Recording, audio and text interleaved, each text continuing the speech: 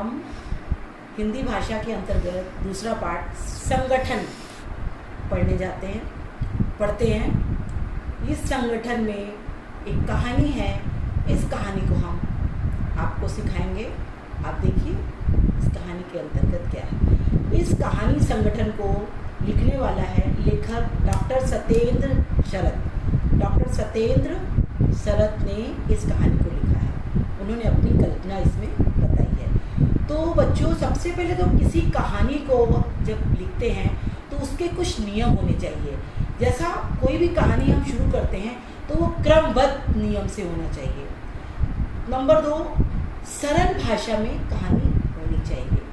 Number 3, उसका उद्देश्य एकदम परिपक्व होना चाहिए। नंबर 4, भाषा शैली, उसकी जो भाषा शैली हो इतनी सरल हो, सरल से कठिन की ओर जाती हुई हो, जो भाषा शैली उसके अंदर होनी चाहिए। उसके बाद शिक्षा, यानी उस कहानी से हमें क्या शिक्षा मिली।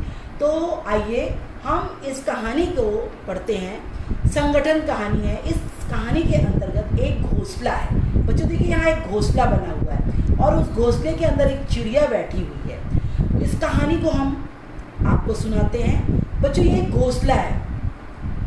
इस घोंसले को एक बार पता नहीं क्यों बहुत घमंड हो गया और इसने घमंड में कहने लगा कि अरे, मेरे इस घोंसले में चिड़िया गर्मी सर्दी बारिश सभी समय हमारे घोंसले में रहती है।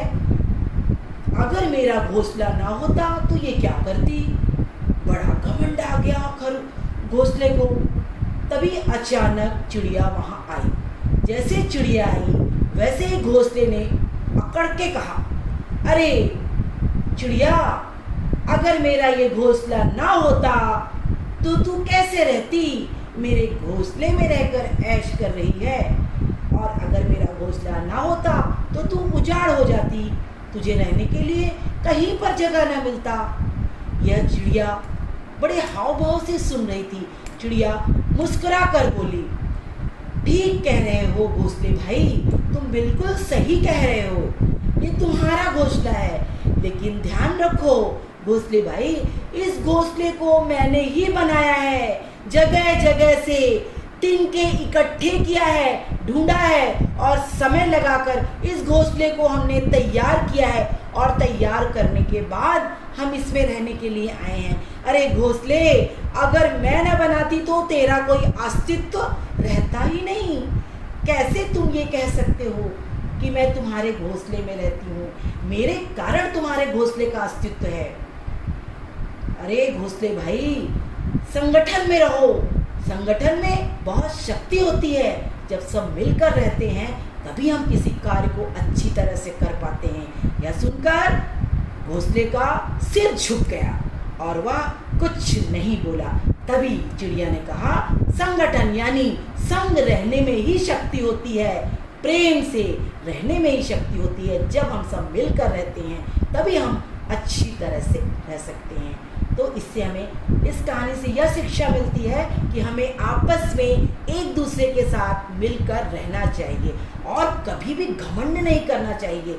किसी का उपहास नहीं उड़ाना चाहिए, किसी के बारे में कुछ अनाप शनाप नहीं बोलना चाहिए। तो हमने इस संगठन कहानी को बच्चों आप सभी को पढ़ाया। अब इस संगठन की कहानी में बच्चों हम स्वाध्याय करेंगे। स्वाध्याय के अंदर चिड़िया के घोंसले को किस बात का घमंड हो गया। बच्चों, चिड़िया के घोंसले को यह घमंड हो गया कि यह मेरा घोंसला है और इस घोंसले में चिड़िया रहती। यदि मेरा घोंसला ना होता तो कैसे रहती। क्वेश्चन नंबर 2, घोंसले ने अकड़ कर क्या कहा। घोंसले ने अकड़ कर कहा, यदि मैं ना होता तो तू इधर उधर बिखरी होती और तुम कैसे रहती। चिड़िया ने घोंसले को कैसे समझाया। चिड़िया ने घोंसले को बहुत प्यार से समझाया कि इस घोंसले के तिनकों को बीन बीन कर हमने बनाया, मेरे द्वारा ही तुम्हारा अस्तित्व है, और बड़े प्यार से उसे समझाया। शक्ति किस में है। शक्ति संगठन में होती है, संग रहने में शक्ति होती है। मजे से रहने के लिए किस भावना का होना आवश्यक है। मजे से रहने के लिए संगठन में रहना आवश्यक है। तो बच्चों इस पाठ को तुमने पढ़ा, अब इस क्वेश्चन को, इसके आंसर को तुम्हें लिखना है और इस पाठ के पीछे चित्र बने हुए हैं, तुम्हारा घर का कार्य है उस चित्र को देखकर पक्षियों के नाम लिखना और सही गलत भी दिया हुआ है, उस सही गलत को भी तुम्हें करना है। तो ये तुम्हारा घर का होमवर्क है। नमस्ते बच्चों।